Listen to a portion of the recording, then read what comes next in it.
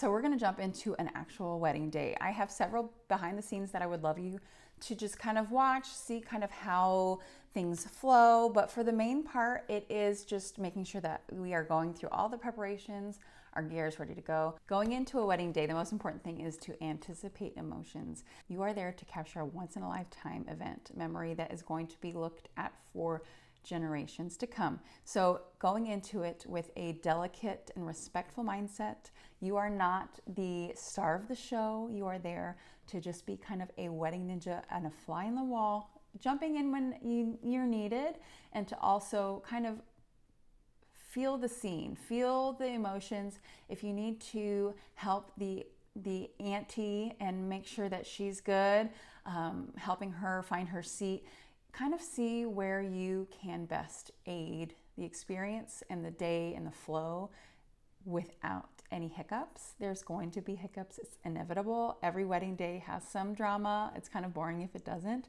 but making sure that the bride and groom don't get a whiff of that and that you can handle yourself, your projects that you're doing, and keep things going.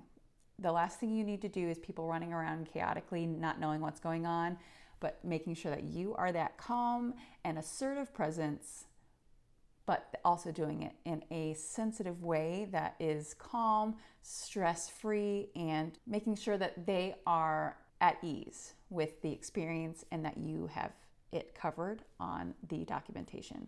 Because all of this work, all of the details, all the planning, all the money, all the things spent for this day, these moments, kind of rests on you, because when they blink and they lay their head down on the pillow at that night, if nothing is recorded and documented, then did it happen?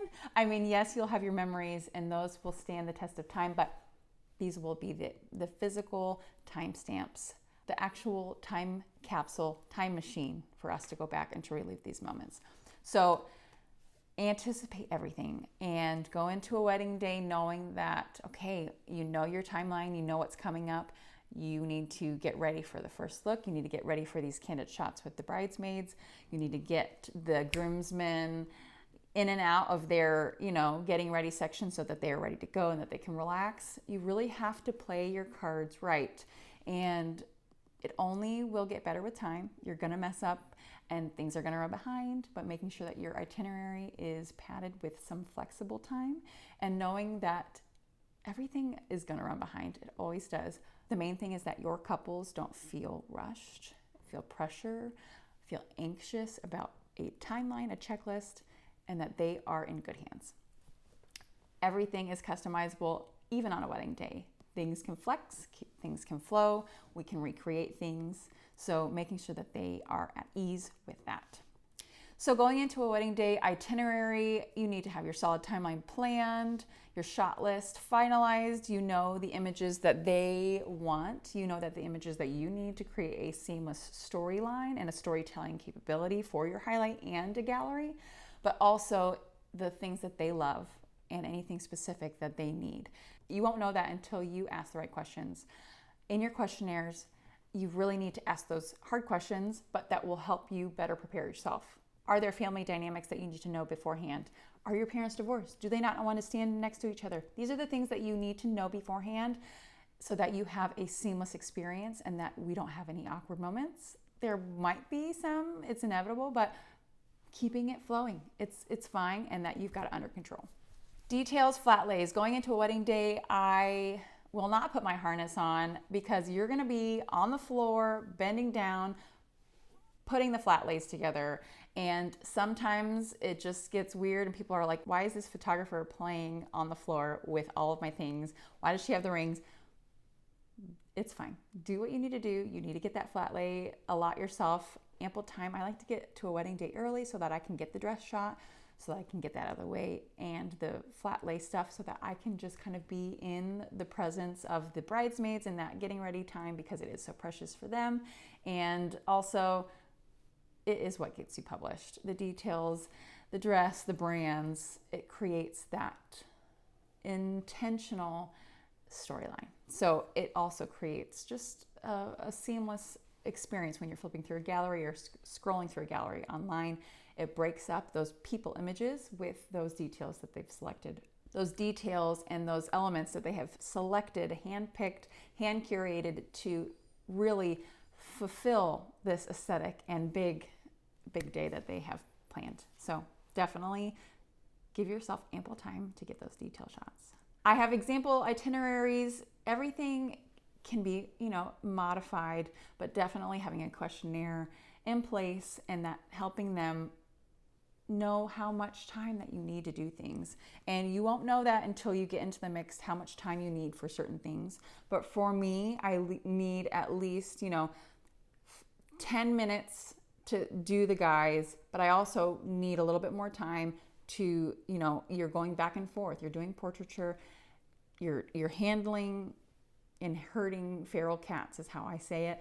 But you're also having to get things on your video site as well. So having them go through the tunnel again for video, or making sure that you have some security footage for that. So it takes a little bit more time when you're doing hybrid, but I fully believe that you can do it if you want to do it.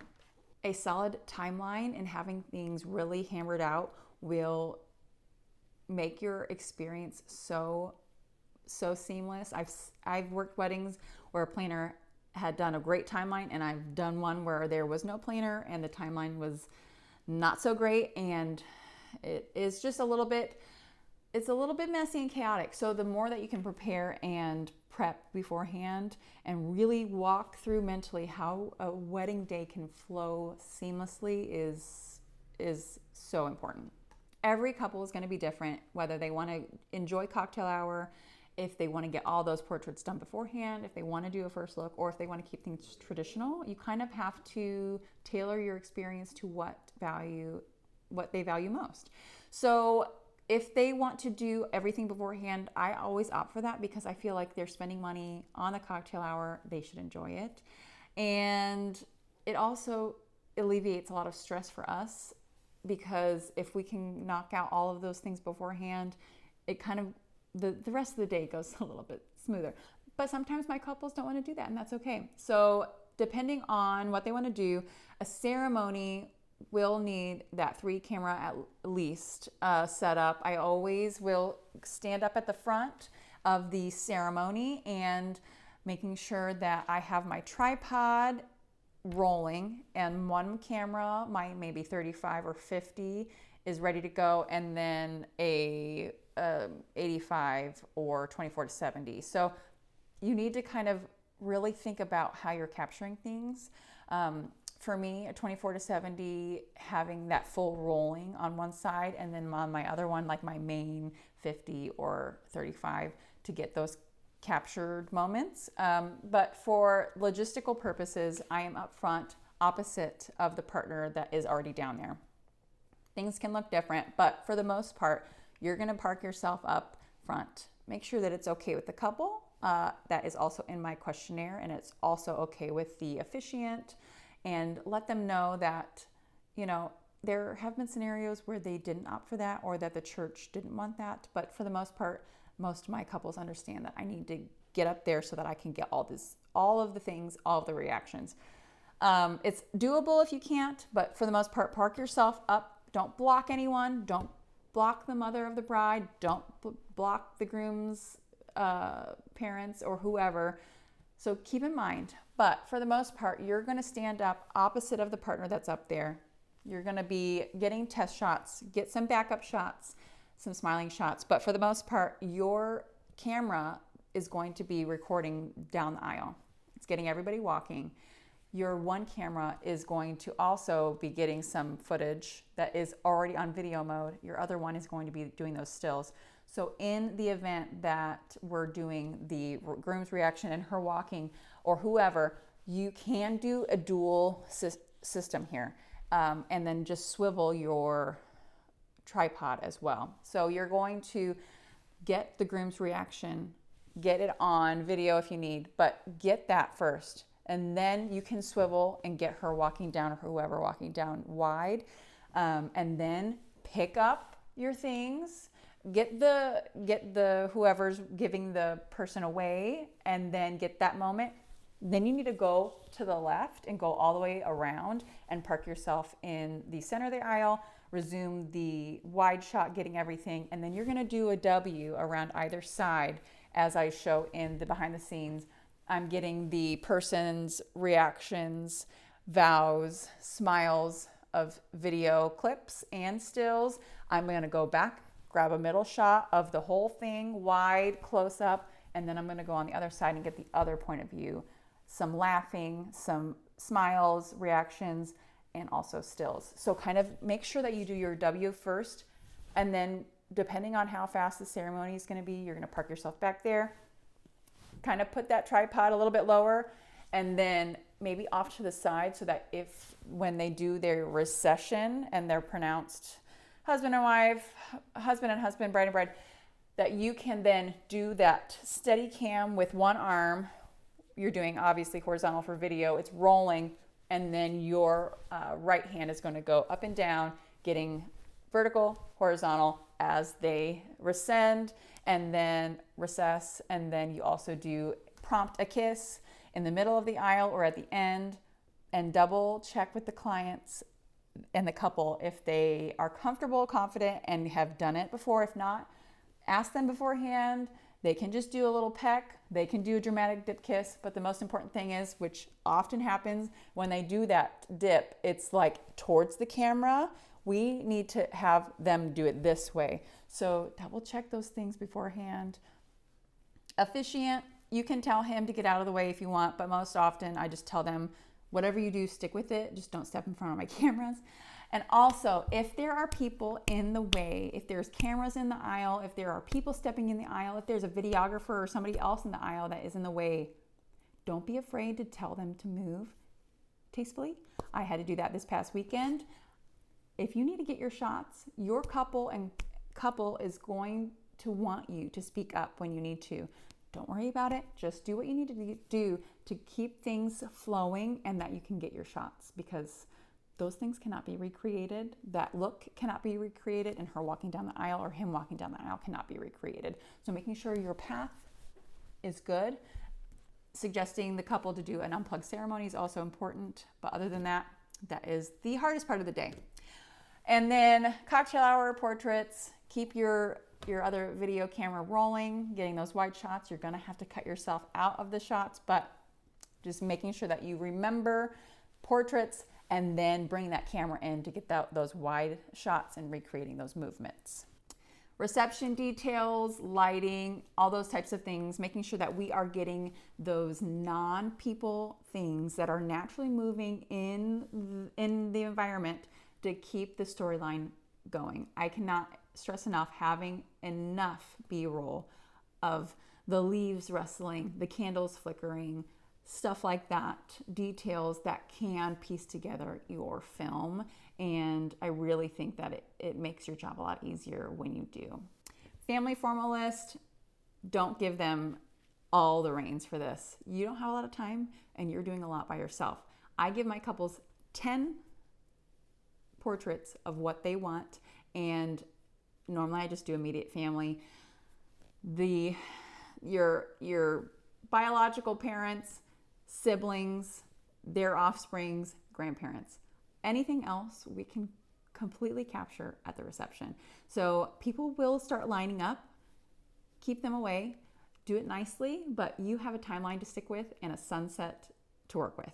And you cannot recreate those images with the sun. So keep that in mind as you are rustling through the rest of the day, because people are going to come up to you and want this, that, and the other, and an iPhone picture. Always have a yes, ma'am, attitude about things, but also know that I would love to do that for you, but can we do that at the reception? Can you remind me? Because I will forget, but I need to keep this going for our timeline and for our grand entrance, because we're going to want to eat dinner soon. So during the reception, I definitely recommend having your tripod just kind of by you the whole time. If you need to kind of place it in front of speeches and toasts, maybe have your Lume Cube or have an LED panel, just kind of maybe backlight or that front fill light. But for the most part, the rest of the evening can kind of go by really quick. So definitely make sure that your batteries are fresh, your lighting is on you, that it's not like in the bridal suite. So after the ceremony, things go fast. So make sure that you are prepared. So for the reception, make sure that your mics are kind of on people or on the plugged into the DJ equipment or on the mics. And also during the ceremony, audio is also important. Make sure that you have your backups, either your Tascam on your person, on the officiant, your backup there, and your wireless mic somewhere. Rustling has happened in the past, so making sure that you have a couple different audio sources so that when you are doing editing and posts that you have some options if something went wonky. For the reception, it definitely is important to have good lighting, making sure that you have audio, and you can use your GoPro for your backup images, but it's not going to handle those low light scenarios very well. But during the dancing section and the dancing portion, I kind of just place things with the DJ or the band because it kind of can blend in with the audio equipment as far as like my main camera for video. But I have enjoyed shooting first dances and all those types of things with the party behind, with all of the guests behind, and we really don't want to see the DJ equipment. So I can put my lights there and clutter that area as opposed to having things pop around other spots of the reception space. During the dancing section, it is imperative to not be afraid to get in there. And one thing that I have enjoyed is obviously having like that wider angle party, maybe some direct flash for photography purposes, but for video, I have enjoyed having a wide angle lens and having a tripod, and I will legit make the tripod short and prop it into my belt, and I will tilt the screen so I can see it better, and I will do that more top view of people partying, and I really enjoy that. Make sure that everything is secured because the last thing you need is for a heavy camera to fall off the mount and onto somebody. So make sure things are secured. Put a Lume Cube on there just for a little bit of lighting, but you can get some epic dance shots during that as well. During the reception side, you can definitely play with your slow-mo and your frames per second. For the most part, I just kind of do the standard 30 or 60 frames per second and kind of stay there 1080p. You'll kind of just need to figure out what you like and what scenarios work best for your systems. But for the reception and dancing, I do like to have a little bit different flair and make sure that you're getting those different shots. Maybe like some spinny shots with the video and some shutter drag. Just make it look like a party. You want them to look back and feel the energy. And also during speeches, during first dance, don't forget the guests and their applause and getting that filler, because the last thing you need to do in a highlight clip edit is just editing the same people speaking. You need to get those reactions and the emotion behind what's going on. So make sure that you are filling back and forth, not the tripod that has the rolling footage. Keep that on your people, but with your bodied cameras on your harnesses, getting those shots and interactive shots and emotion and responses will help build a better, seamless, more robust gallery and highlight film. And the exits, as far as if they're doing a grand exit, if they're doing a faux exit, if there is sparklers, lights, I don't know, there's lots of different things, bubbles. Make sure that you're lighting it correctly and prepare ahead of time when you know it's about to happen. Test your lighting. People are happy to help test with you, the planner, the coordinators, whoever is some of the help will help you. And I find that a Lume Cube on top of my main body that's doing video, and then maybe some flash, some direct flash is also great as well. So I hope this helps you. I always say goodbye before I leave, unless I'm like a second shooter for a wedding day, I'll do an Irish goodbye. But you need to say goodbye and thank you to your clients. There's no need to do an Irish goodbye, in my opinion. You spent all day with them. The least that you owe them is a hug and say thank you. And also before that, ask them if they need anything else. Is there anything that I missed? Make it quick. They're on the dance floor, hopefully having a blast and maybe a little bit drunk, who knows. but make sure that that you're good and that they didn't miss anything. And I also make it an effort to find the parents, shake their hands, say thank you, because this was a big day. You got a glimpse of their family, their dynamics, the emotion, the memories that will be held on and looked back for years. So do not take that lightly, take it to heart. And I feel like if you go into a wedding day with that spirit, that energy of just being a helping hand and being a creative, stress-free, calm presence, but like you've done this a million times and nothing scares you, I feel like your couples and your client experience are going to sing praises beyond the years and help build your brand legacy. So let's jump into the next section and I'll see you there. Beautiful under the colors of a burning sky.